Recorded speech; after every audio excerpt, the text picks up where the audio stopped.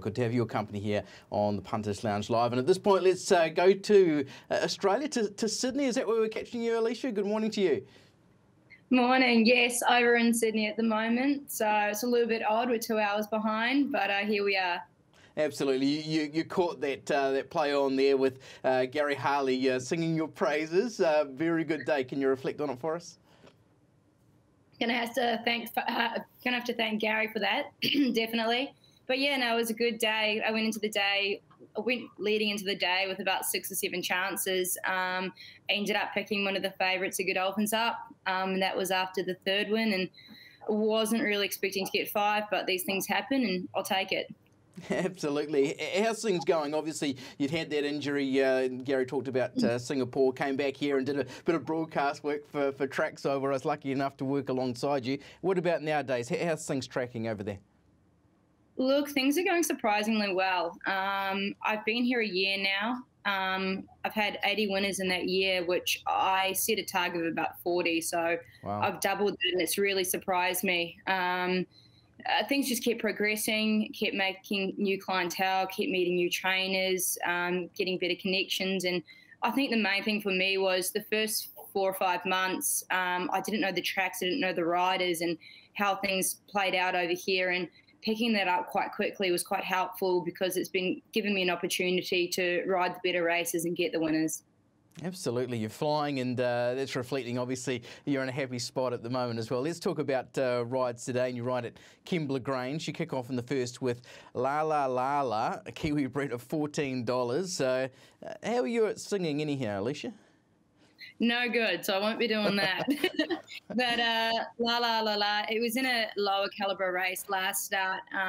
We sort of dictate tempos in front. Today we've drawn nice. I'm imagining we're going to get a really nice time in front, and hopefully we can get some steady tempo and kick on, because it can sprint well. So that's sort of its hope to be winning. Okay, liking that, and yeah, your tone was pretty good as well. So it did fight on okay last time too, didn't it?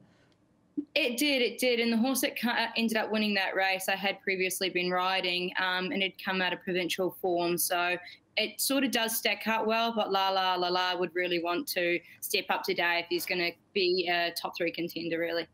That's a great name, isn't it? Let's move you on to race 2. You've got Higgins, who's placed in the last couple. You pick up this ride and 260 favourite with us early doors. How are you assessing it?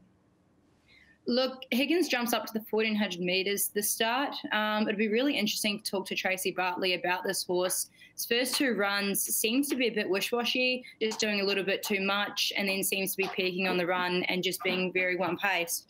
So it'd be really interesting to see what Tracy wants to do today. The speed has come out of the race, so we will be the only speed in the race now, which is a good thing. I think by that time the track will be playing out a little bit. Kembla Grange never favours the inside, but I think he'll be a healthy chance. Okay, you talk about that local knowledge. Obviously, you ride Newcastle exceptionally well. What are those other nuances around Kembla Grange? You're talking about the inside not being the ideal spot. How's it best to be ridden?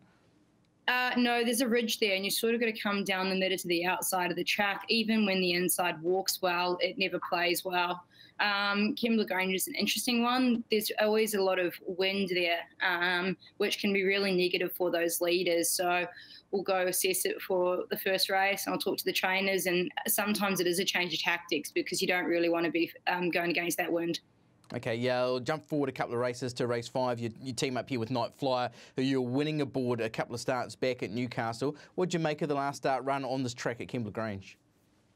Look, she got a little bit crook after a win at Newcastle, and I think she had a little bit of time off. So in between those runs, she just probably needed it. She just got a little bit tired last start. I'm expecting a big run from her this start. She should really relish the off conditions today. She's only a small little thing. From the barrier, there's heaps of speed, which will really fall into her lap nicely. And if we get a nice suck up in between them, I can see her going a really nice race. Okay, where do you expect to be in the run? Look, she is favourable to missing the kick, but she's jumped well the last 2 starts. 3 or 4 back would be really nice. Okay, and we'll move you forward another race as well, and you team up with Global Queen in race 6. A horse who seems to be going okay too, and comes up favourite at 460 and 190 on our markets. You were aboard this horse at Kembla Grange going back 3 starts for what wasn't a bad second. I think you were only just nutted late to that day, weren't you? Yeah, we were. It was the best sectionals out of that day for Global Queen.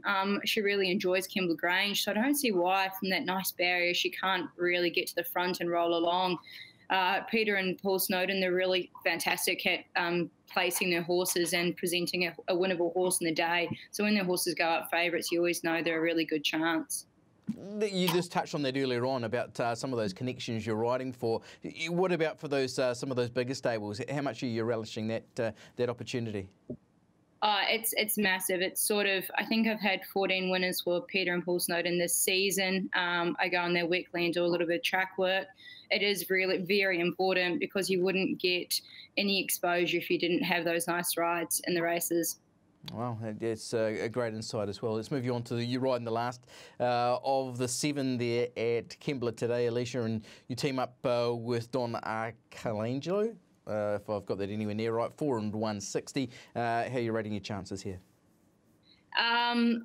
Quite like this horse's run last start. It's got a number, I think it's 6 or 7 on the board, but it was a really good run. It's gone to Rose Hill in a lot stronger race, and it's drawn wide and had to go too far back, and it's made up exceptional ground. Its win before that was very nice. It's just been quite a progressive horse. I think the 2,000 metres will suit. There is a good amount of speed in the race, so it should mean we should get a comfortable run 3 or 4 back. Expecting a decent run from them. Just the only concern is probably the track for this horse. I don't know if it goes through these conditions. Okay, what's the pick of your rides today, Alysha? Would have to be Higgins, just on its first two efforts. It really is knocking on the door, and I think the 1,400 metres will be up its alley. Okay, really appreciate that. You can catch that race at 3 o'clock on TAB Trackside 2 today. Really appreciate you giving us your time again, Alysha. Hopefully everything goes well and you continue to ride winners over there. Perfect. Thank you, guys.